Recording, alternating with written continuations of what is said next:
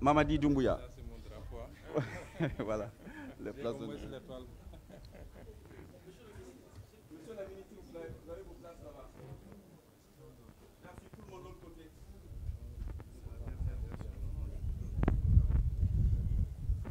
Aboubacar, Vous allez faire juste des déclarations préliminaires et puis après vous allez prendre les questions. oui, vous mieux parler après toutes les questions et après ce Voilà. sera diffusé et le communiqué compte. Très bien. Pour ne pas que ça prenne trop de Nous avons pris suffisamment de temps. contraintes qu'ils auraient. Donc on ne fera pas trop de protocole avec la permission de monsieur le Oui, Premier ministre. mais bon, après ça va être diffusé beaucoup. Hier et puis maintenant Oui, aujourd'hui. oui, oui. D'accord. Le contact avec les médias vous rend compte au nom de la transparence et de la redevabilité de pouvoir. Monsieur le Premier ministre de la République de Guinée, Amadou Kouliba, et monsieur le Premier ministre de la République du Sénégal, merci une fois encore, bienvenue à vous. Vous avez en face de vous les médias locaux guinéens, sénégalais et puis la presse internationale. Merci. Monsieur le Premier ministre. Moi, bien. Bon, d'abord, nous nous excusons, on vous a pris beaucoup de temps, mais vous savez, les échanges, le protocole nécessitent parfois un peu de temps. Bref, donc nous sommes à votre disposition pour répondre à quelques questions, parce qu'il y a des contraintes horaires qui font que M. Sonko et sa délégation doivent repartir le plus rapidement possible pour ne pas arriver à Freetown tard dans la nuit. Ceci dit, la visite du Premier ministre de la République du Sénégal en Guinée a été une occasion de raffermissement de nos relations entre les deux gouvernements, mais surtout entre les deux peuples qui sont liés par des relations séculaires qui datent de très longtemps. Le Sénégal et la Guinée, comme vous le savez, ont eu des évolutions parfois différentes, mais cela n'a pas entaché la convergence des aspirations des deux peuples. Aujourd'hui, il nous appartient, en tant que responsables dans le cadre de la gestion de nos pays respectifs, d'apporter des réponses concrètes à la nécessité absolue de répondre aux défis du sous-développement, aux défis concernant une population largement jeune qui attend énormément des gouvernants, d'où la nécessité d'innover, de réfléchir et de s'inspirer des meilleurs exemples dans le monde pour que dans cet espace sous-régional, que nous puissions créer des dynamiques permettant de faire émerger un pôle de stabilité, un pôle de développement, un pôle de fraternité par une intégration réussie de nos économies et de nos institutions et de nos infrastructures. Pour l'essentiel, personnellement, nous aurons l'occasion de nous revoir. Je laisse la parole au Premier ministre Ousmane Sonko pour vous délivrer son message et répondre à vos questions. Merci.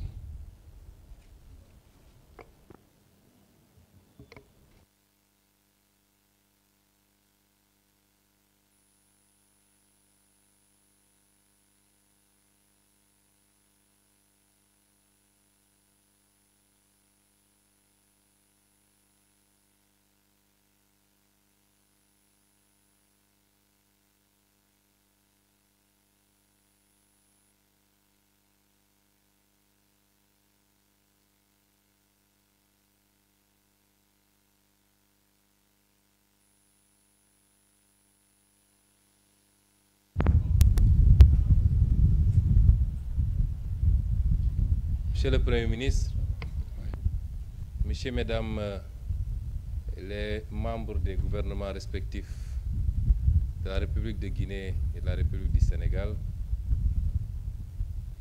Mesdames et Messieurs les collaborateurs des gouvernements, Mesdames et messieurs les journalistes, je suis très heureux et très honoré d'être ici aujourd'hui, en terre africaine de Guinée, pour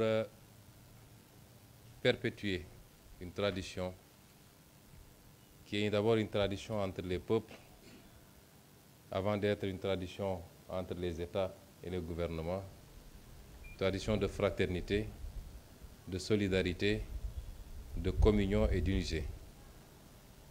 Je voudrais, à l'entame de mon propos, remercier son Excellence le Président Mamadi Doumbouya, qui, comme je l'ai dit tout à l'heure, est un ami et un frère, avec lequel je m'entretenais beaucoup bien avant notre accession au pouvoir. Et c'est toujours un plaisir de le revoir. Remercier le Premier ministre, M. Amadou Ouriba, qui nous a réservé un accueil particulier et chaleureux, après nous avoir fait l'honneur d'une visite à Dakar l'année passée. Et c'est lors de cette visite que nous avions convenu d'organiser celle-ci.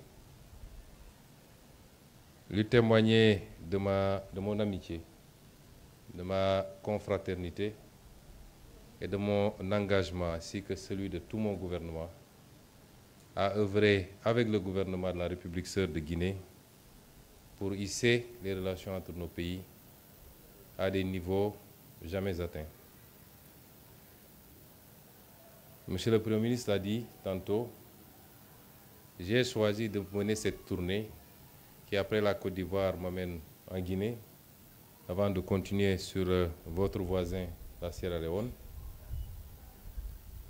Non pas pour venir faire ce qui avait été fait, parce qu'il y a une dizaine de jours à peine, la commission mixte entre nos deux pays s'est réunie sous la conduite des deux ministres des Affaires étrangères et avait permis de relancer cette coopération qui était en léthargie depuis plus de 10 ans maintenant par la signature d'une quinzaine de protocoles, une quinzaine d'accords dans tous les domaines quasiment, en tout cas dans les domaines de la pêche et l'aquaculture, la défense, l'éducation ou l'enseignement supérieur, et j'en passe et j'en passe. Si je suis venu aujourd'hui, c'est pour qu'ensemble, nous puissions catapulter, je choisis bien le mot, il s'agit de catapulter cette relation pour lui faire prendre son envol. La relation, elle est saine, elle est solide, et comme je l'ai dit à l'entame de mon propos, elle est d'abord portée par les peuples, puisqu'il y a beaucoup de ressortissants sénégalais établis en République de Guinée et beaucoup de ressortissants guinéens établis en République du Sénégal. Et de part et d'autre, ces ressortissants sont très bien traités, sont très bien intégrés. Ils travaillent, ils gagnent leur vie, s'y marient quelquefois, s'y installent, ils achètent des maisons. Donc c'est les peuples et les populations d'abord qui forment l'assise de cette relation. Et nous devons continuer dans une époque de discours d'exclusion, de xénophobie, à parler à nos populations, à les sensibiliser, qu'au-delà des frontières ici du découpage colonial, nous formons un seul et même peuple et nos destins sont liés.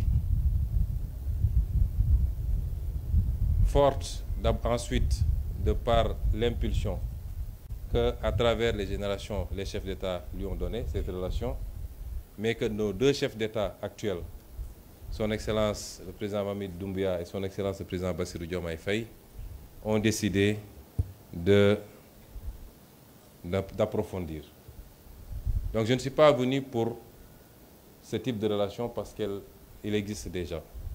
Je suis venu discuter avec mon homologue sur les voies et moyens de faire un saut quantitatif et qualitatif en mutualisant nos moyens, nos ressources pour pouvoir ensemble et de manière complémentaire construire un développement partagé.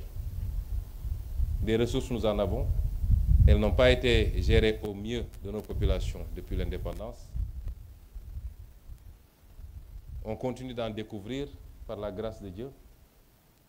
Elles ne sont toujours pas gérées au mieux des intérêts de nos États, mais en mutualisant nos efforts Et l'exemple le plus trivial, c'est la découverte de gaz au Sénégal et les réserves importantes de bauxite en Guinée.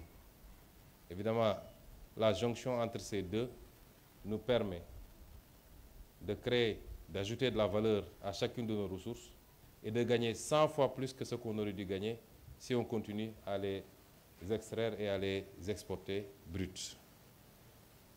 Je ne vais pas en dire plus. Conformément aux recommandations de son Excellence le président Mamadi Doumbouya, qui après avoir béni nos travaux, nous avoir donné sa caution, nous a donné une recommandation, c'est d'évoluer dans la plus grande discrétion, de prendre le temps de bien cuisiner le plat et de le servir bien mûr pour que nos peuples respectifs de Guinée et du Sénégal puissent être bien servis. Nous avons retenu ensemble, et le président Doumbouya vient de nous conforter dans cette décision, de mettre en place un comité technique qui, sur la base des orientations que nous avons retenues, va travailler de manière accélérée pour dresser les contours de cette nouvelle coopération qui doit nous permettre de monter ensemble. Je dis tout le temps que je ne connais pas de zone dans le monde où un pays a pu se développer alors que ses voisins sont dans l'extrême pauvreté. Les autres l'ont compris depuis longtemps. Les pays du Golfe sont montés ensemble. Ils étaient dans les profondeurs ensemble. Les pays d'Europe l'ont compris quand ils ont créé l'ancêtre de l'Union européenne autour du charbon et de l'acier. Après s'être livré une guerre extrêmement meurtrière, ils ont mis de côté toutes leurs divergences pour se retrouver autour de l'essentiel. Les pays d'Asie l'ont compris. Quand on parle de dragon asiatique, c'est tous les pays qui sont montés en même temps. La Guinée ne partira pas loin, en tout cas, sans le Sénégal, sans la Côte d'Ivoire, sans la Sierra Leone, sans le Mali, sans tous les autres pays. Mais le Sénégal n'ira pas très loin sans tous ces pays, la Mauritanie, la Guinée. Et il nous faut dépasser ce qui semble être des contradictions, mais qui n'en sont pas. Qui n'en sont pas. Et les enjeux que nous devons avoir devant nous sont plus importants que les divergences qui relèvent beaucoup plus de clichés, de malentendus que de réalité. Et Monsieur le Premier ministre, j'ai été assez long. Je suis très ravi et très réjoui d'être là et je pars satisfait en étant conscient qu'aujourd'hui, nous avons jeté la graine d'une coopération renouvelée, mais surtout d'une coopération qui va nous permettre tous ensemble d'accélérer notre développement et d'offrir à nos populations un mieux-être, une meilleure offre en biens et services publics. Je vous remercie. À présent, nous allons prendre quelques questions. Et merci d'être très bien organisé. Nous allons commencer par celle qui va poser la question pour Radio Émilie. Bonsoir, Excellence. Je suis Émilie Bangora, je suis journaliste à la radio Horizon FM. Je vais poser une question. Je pense que ma question a été répondue en partie, mais néanmoins je vais poser parce que je trouve que la question elle est vraiment importante. Il y a des leaders d'opinion qui tiennent des propos menaçants par rapport à la présence massive des Guinéens au Sénégal. Peut-on dire que ces propos ne sont pas à prendre au sérieux, Monsieur le Premier ministre? Merci pour la question. Madame, je peux vous dire que c'est des propos à ne pas prendre au sérieux. En tout cas, tant que nous serons au pouvoir. Je prie Dieu pour qu'on soit là 50 ans au moins. Mais vous me donnez l'occasion de revenir sur cela. Le Sénégal, comme la Guinée, comme toutes les terres africaines, sont des pays d'ouverture, des pays d'accueil. Chaque pays doit réglementer évidemment les entrées et les sorties sur son territoire national, ne serait-ce que pour des soucis de sécurité. Mais au-delà de ce contrôle minimal qui ne peut manquer, nos pays sont réputés être des traditions d'accueil.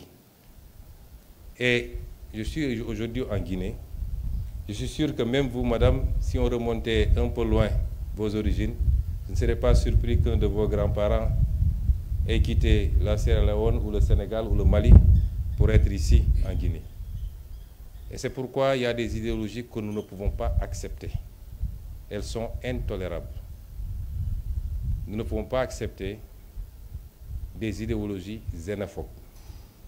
Le Sénégal est un pays démocratique où la liberté d'expression est garantie, la liberté d'association également, mais ces libertés sont encadrées. Je peux rassurer que tous les Guinéens, vous connaissez déjà mes positions sur la question, que j'ai exprimées à toutes les occasions à l'Assemblée nationale lors de la campagne électorale. Je peux rassurer les Guinéens qui vivent au Sénégal qu'ils sont chez eux, ils continuent à être chez eux. Et je sais que les Sénégalais qui vivent ici, que j'ai rencontrés hier, sont traités de la même manière ici, en République de Guinée. De manière générale, la question que vous soulevez maintenant me permet d'aborder une autre sur les discours d'intolérance et de haine facilités par les réseaux sociaux. Je voudrais appeler notre jeunesse à prendre conscience que cela ne les grandit pas. Ce n'est pas toute notre jeunesse, mais ceux qui se livrent à ces discours, quelquefois appuyés par des politiques, malheureusement. Les problèmes que nous avons à l'intérieur de nos pays ne sont pas dus à la présence d'étrangers. C'est dû à l'incapacité de nos leaders dans le passé à gérer nos pays au mieux de leurs intérêts. C'est dû à la corruption endémique, c'est dû à la manière dont nos ressources naturelles ont été bazardées pour la plupart, notre incapacité à avoir une vision articulée, cohérente, permettant de travailler, d'industrialiser nos pays, de créer des emplois et de l'offrir aux jeunes. C'est ça nos vrais problèmes. À chaque fois que des pays ont des problèmes, y compris dans les pays occidentaux, vous le verrez, c'est l'autre qui est le responsable. Et on commence à chercher et à désigner. Ces idéologies ne peuvent pas être importées, elles sont inacceptables. Et je lance un appel à cette jeunesse, je sais souvent qu'elle m'écoute, au-delà du Sénégal, cette inimité, le terme n'est pas trop fort. Quand vous voyez des compétitions sportives, si la Guinée doit rencontrer le Sénégal, c'est comme si on allait en guerre, alors que c'est tapé sur un ballon simplement. Ça vole très bas, les gens s'insultent, les gens se disent des mots. Il faut qu'on revenions à ce qui nous a été légué par nos devanciers. Nous sommes des frères, des peuples frères, des peuples amis. Je ne dirais même pas des peuples, nous sommes des nations frères, sœurs du moins, mais nous sommes un seul et même peuple. Et je voudrais vous rassurer qu'au Sénégal, toutes les dispositions ont été prises pour que les discours xénophobes, indexant l'autre simplement parce qu'il est, que ces discours disparaissent et qu'ils ne soient jamais suivis d'actes. Je vous remercie.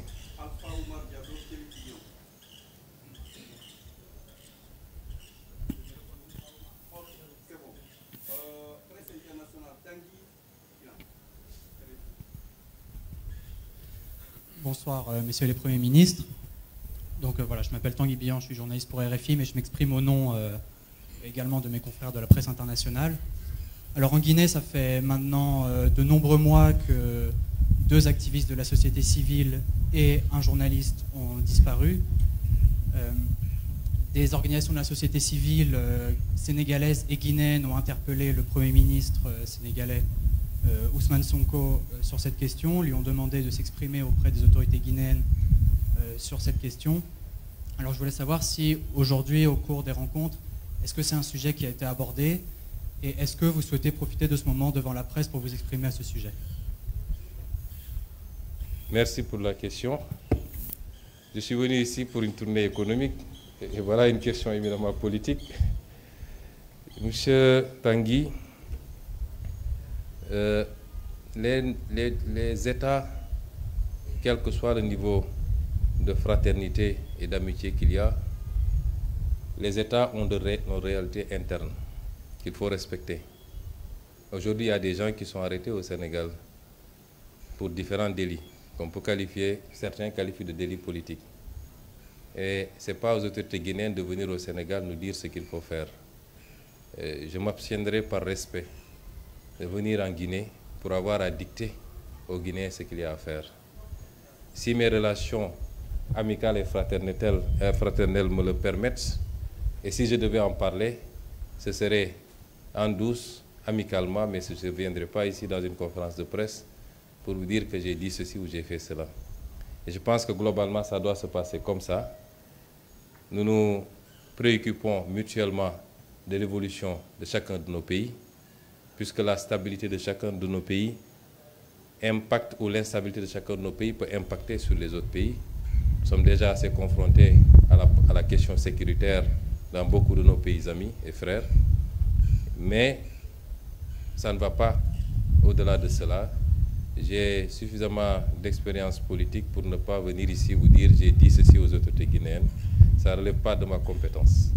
Mais je souhaite et je prie pour que dans tous nos pays, le Sénégal, la Guinée et tous les autres pays, qu'on ait la paix, la stabilité. La paix politique s'entend, la stabilité, la concorde, et qu'ensemble nous puissions travailler à construire ce que les populations attendent, c'est-à-dire le développement, indépendamment des divergences d'opinion qui ne peuvent manquer dans un pays. Merci.